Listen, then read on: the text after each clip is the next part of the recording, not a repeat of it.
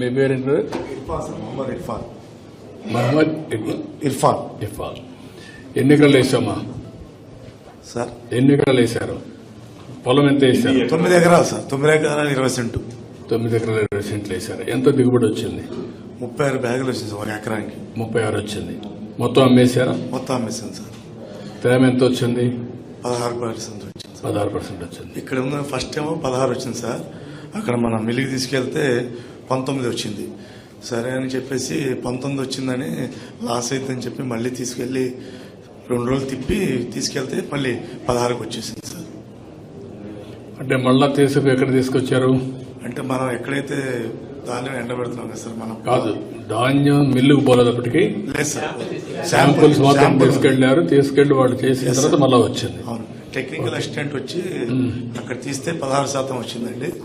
మళ్ళీ అదే అక్కడ తీసుకెళ్ళాలి. అక్కడ ఇలాంటి మెషినే కదా సార్? అదే కొంచెం డౌట్గా ఉంది సార్ మాకు. అనేది ఏంటంటే నేను కూడా అందుకే అన్ని సార్ వీళ్ళు ఎంత పెడుతున్నారో మనకు తెలియదు. మనం చూడం కదా సార్.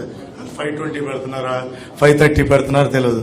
వేరే అక్కడ మన ఏదైతే మిల్లో ఉందో వాళ్ళెంత పెడుతున్నారని మిషన్ అంటే వాళ్ళు తేమ శాతం చెక్ చేస్తారు కదా సార్, హీల్డ్ అనేది. సో అదే మాకు అర్థం కావట్లా. అంటే మీకు అర్థం కావాలంటే ఏం చేయగలుగుతారు? ప్రపంచం వీళ్ళే మనకు చెప్పాలి సార్ ఇంత శాతం. వాళ్ళు అవన్నీ డీటెయిల్స్ ఇస్తారు. అవును, ఒకవేళ ఇవ్వకపోతే ఇప్పిస్తాను ఇప్పటి నుంచి. Yes sir, definitely. మీలో ఏ విధంగా దాన్ని చూసుకుని నాలెడ్జ్ వస్తుంది అనేది ఇంపార్టెంట్. ఇప్పుడు ఉన్నాడు. అవును సార్. సాంబశివరావు గారు ఒక పెద్ద మనిషి. Yes sir. మెసేజ్ పంపించిన చూసుకునే అలవాటు లేదు. అవును సార్. అలాంటప్పుడు మెసేజ్ వస్తుంది. అవును. అదే మరి మనకు అన్ని కూడా సైంటిఫిక్ గా వచ్చే మెషిన్స్ అన్ని వచ్చేసాయి. Yes sir. అవన్నీ వచ్చినప్పుడు ఇక్కడ మెషిన్ కు అక్కడ మెషిన్ కు వేరియేషన్ రావడానికి వీల్లేదు. అదే నేను అడిగాను. ఇప్పుడు అది వస్తుంది సార్. ఇక్కడ సేమ్ మిషన్, అక్కడ సేమ్ మిషన్. కానీ ఇక్కడ మన వాళ్ళు చేసింది ఏంటంటే కనుక్కున్నప్పుడు అడిగాను నేను, ఇక్కడ ఎవరి దగ్గర అయితే మెట్రాలజీ మీరు క్యాలిబ్రేషన్ చేస్తారో, మిషన్ సెట్ చేస్తారో అక్కడ అది చేస్తున్నారా లేదా? చేసినప్పుడు సేమ్ మిషన్ అయినప్పుడు వేరియేషన్ రాకూడదు. కంప్యూటర్లో దేంట్లో వేరియేషన్ రాదు. Exactly sir.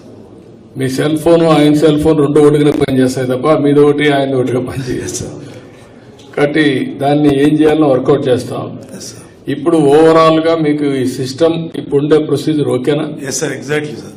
ఏ ప్రాబ్లం లేదు. అయితే మనకి డబ్బులు కూడా లేట్ గా వచ్చాయి. 2-3 months లో వచ్చేది. మేము 20th వేసాం సార్. 29th అంటే 30th కి మధ్యాహ్నంగా మన అకౌంట్ లో మనీ పడిపోయాయి. నేను ఒక మాట చెప్పాను మా వాళ్ళకి, ఇక్కడ తేమ తీశారు, పాస్ అయిన తర్వాత రైస్ మిల్లు తీశారు.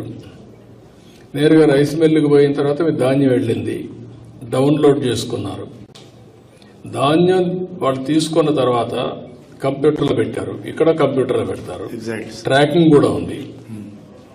ఎప్పుడు మీరు ధాన్యం శాంపుల్ తెచ్చారు కరెక్ట్ గా ఉంటే ఎప్పుడు లోడ్ కూడా లారీలో తీసుకొని వెళ్లారు, కారణాలు ఏంటి?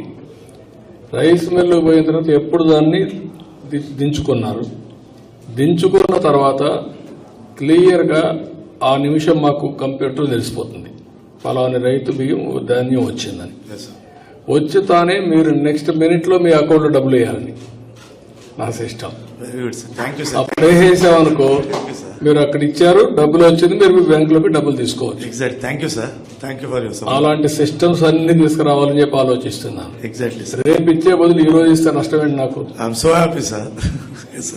ఇలాంటి సిస్టమ్స్ అన్ని వచ్చి మీరు కూడా మేము ఇప్పుడు మీరు 5-6 మంది ఉన్నారు. మీరు ధాన్యం అమ్మిన తర్వాత మీకు నేను ఒక మెసేజ్ పంపిస్తున్నాం. ఇది సివిల్ సప్లైస్ తరఫున